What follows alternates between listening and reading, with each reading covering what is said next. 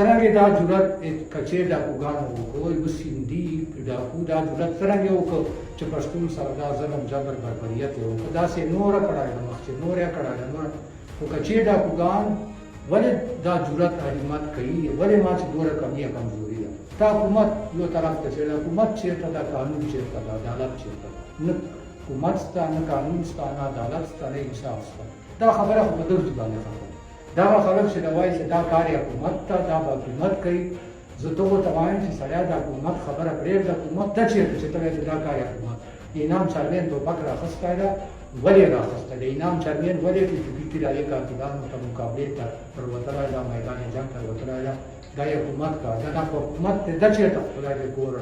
ډېرو ته ورانو باندې حکومت چې وایي به انعام چرمین ټوپک نه راخیست بیا موږ مروتو ټوپک نه راخیسته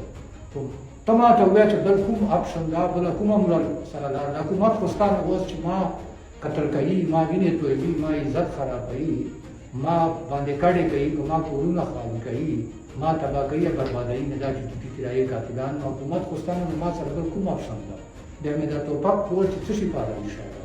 بیا ما دا غیرت پښتو چیرې سره بیا ما دا عزت غیرت څه سره